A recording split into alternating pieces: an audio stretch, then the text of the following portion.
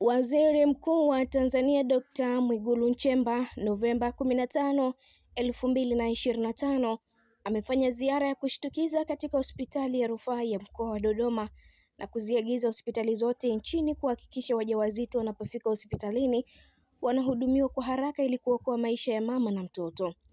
Ametoa maagizo hayo wakati akizungumza na wananchi nje ya hospitali hiyo baada ya kutembelea wananchi waliofika hospitalini hapo kupata huduma mbalimbali za kitabibu, ambapo amesisitiza wananchi waendelee kuhudumiwa vizuri kwa kuwa Rais Dr. Samia ametoa fedha nyingi kwa ajili ya kuboresha huduma za afya nchini vikiwemo vifaa tiba na dawa.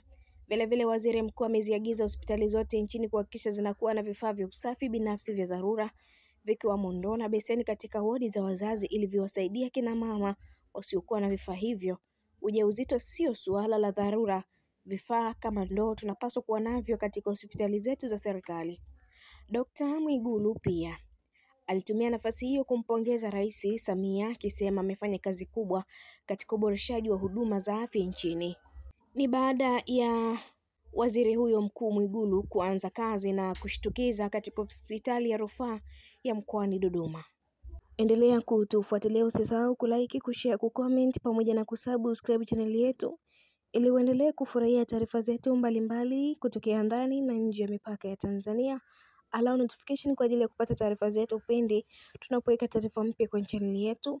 Na TV tunakuletea mjumuiko wa taarifa mbalimbali kutokea ndani na nje ya mipaka ya Tanzania, matukio mbalimbali, burudani, michezo pamoja na matukio mbalimbali yanayotokea ndani ya jamii zetu nje na mipaka ya Tanzania. Pia tunakuletea taarifa hizo.